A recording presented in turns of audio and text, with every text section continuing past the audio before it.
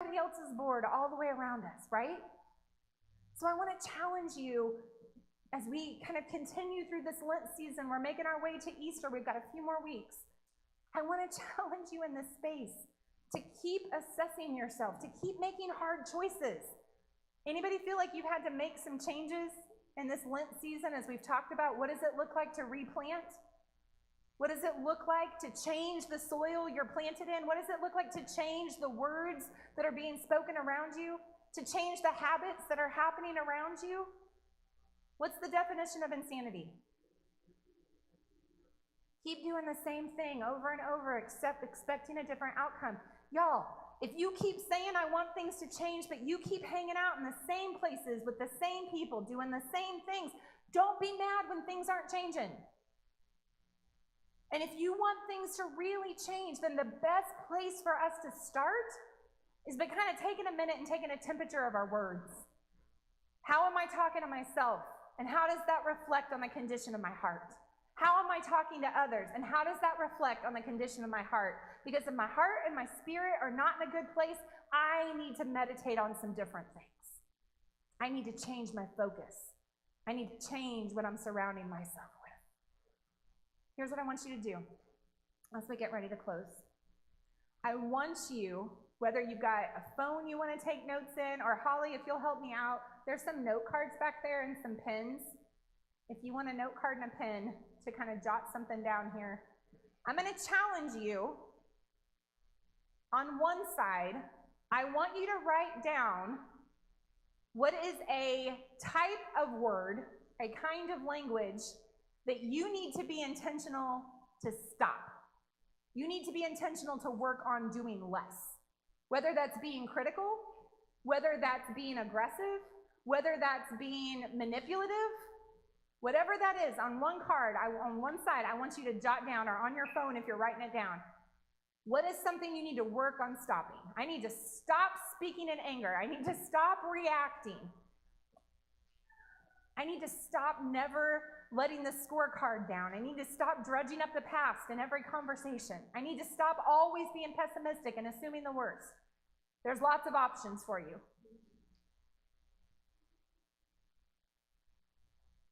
And then once you get that down, I want you to flip it over.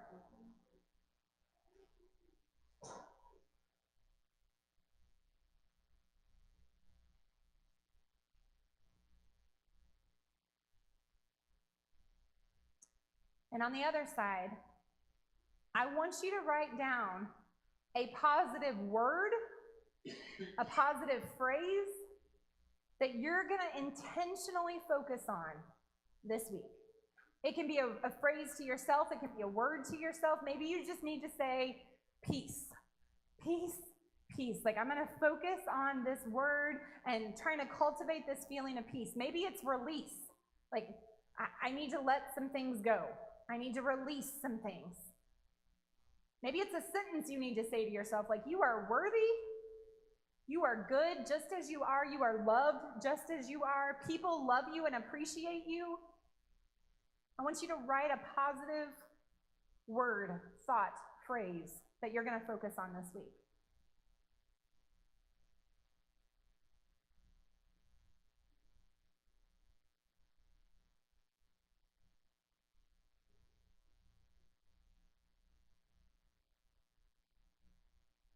Which one's easier to come up with? Is it easier to figure out the negative one that you need to stop, or is it easier to figure out the positive thing that you need to say? Equal? It's easier to think of the positive? So here's what I'm going to do. Bob, I'm going to owe you more screws. I'm going to put these up here.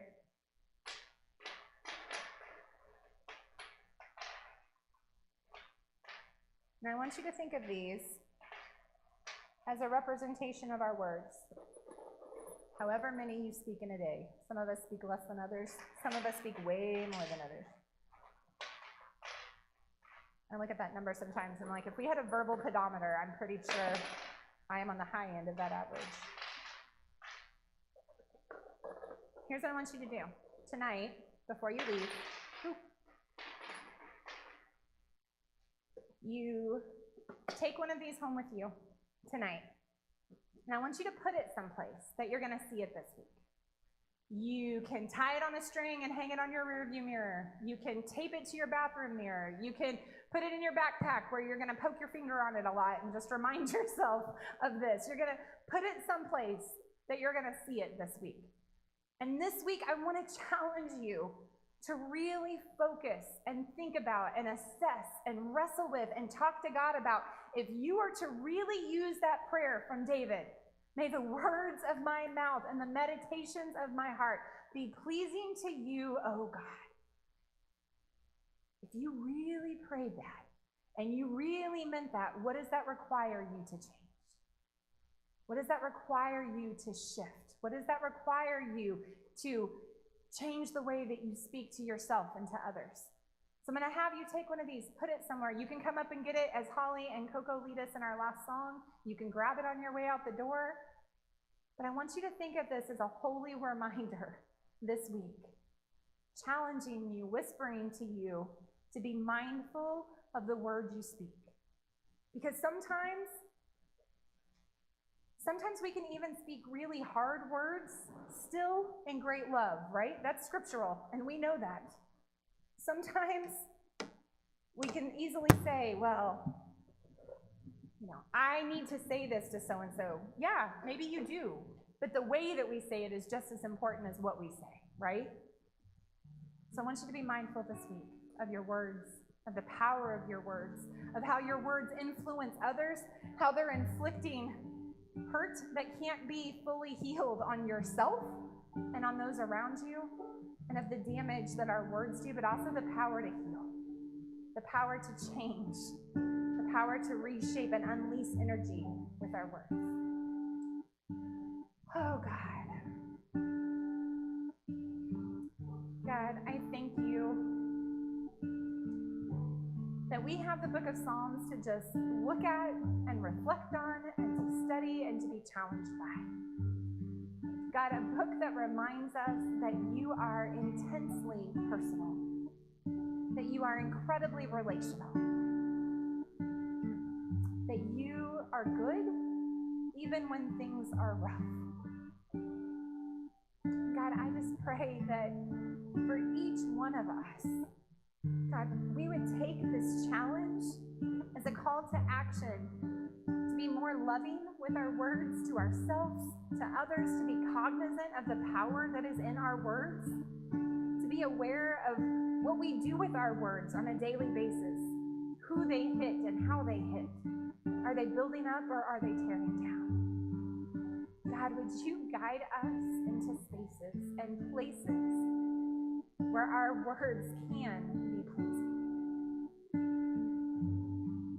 Help us to have the boldness and the courage to make changes where changes are needed,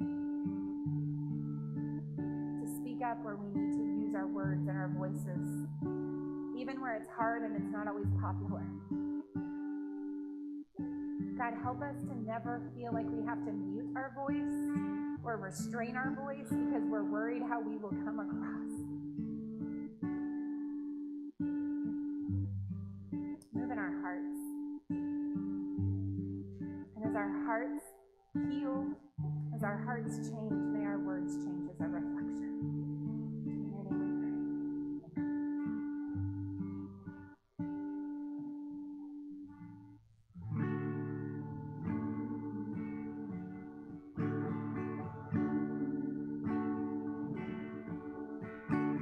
Your eyes are on the lowly, though others go away.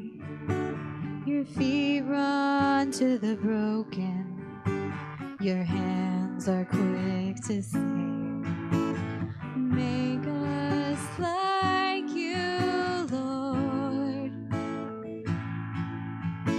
You walk with the forgotten and offer them a home, adopting the unwanted and calling them your own. Make us like you, Lord. Oh, give us your heart.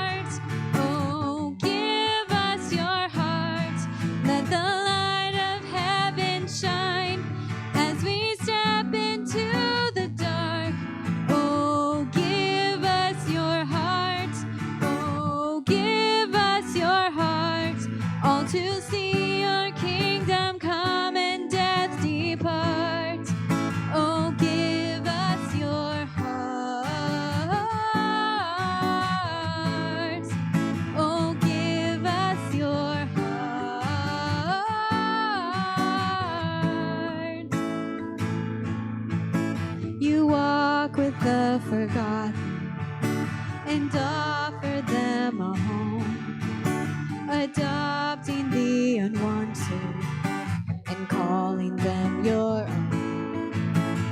Make us like you, Lord. Make us like you, Lord. Oh, give us your heart. Oh, give us your heart. Let the light of heaven shine as we step into the dark. Oh, give us your heart. Oh, give us your heart. All to see your kingdom come and death depart. Oh, give us your heart. Oh, give us your heart.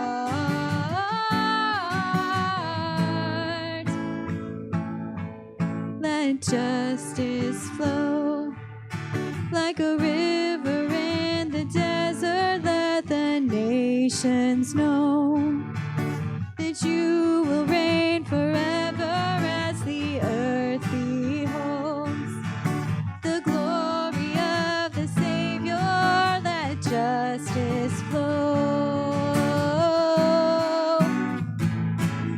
Let justice flow like a river in the desert. Let the nations know that you will reign forever as the earth beholds the glory of the Savior. Let justice flow. Oh, give us your heart. Oh, give us your heart.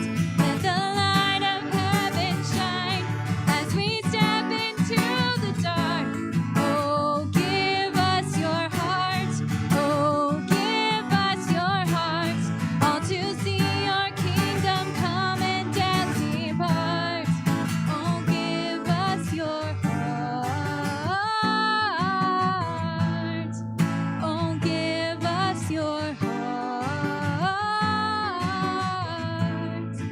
Oh, give us your heart.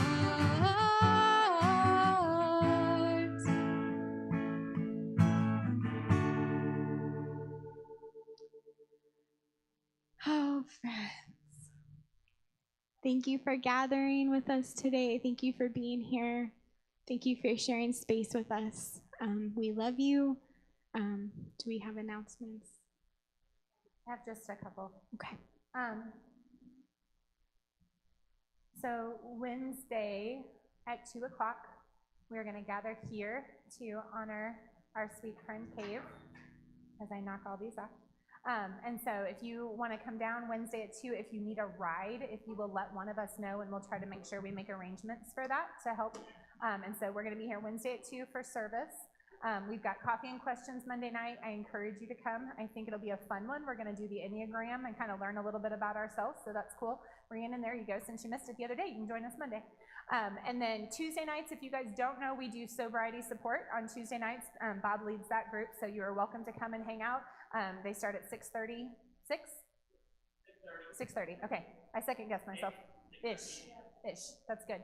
That's how we run everything around here.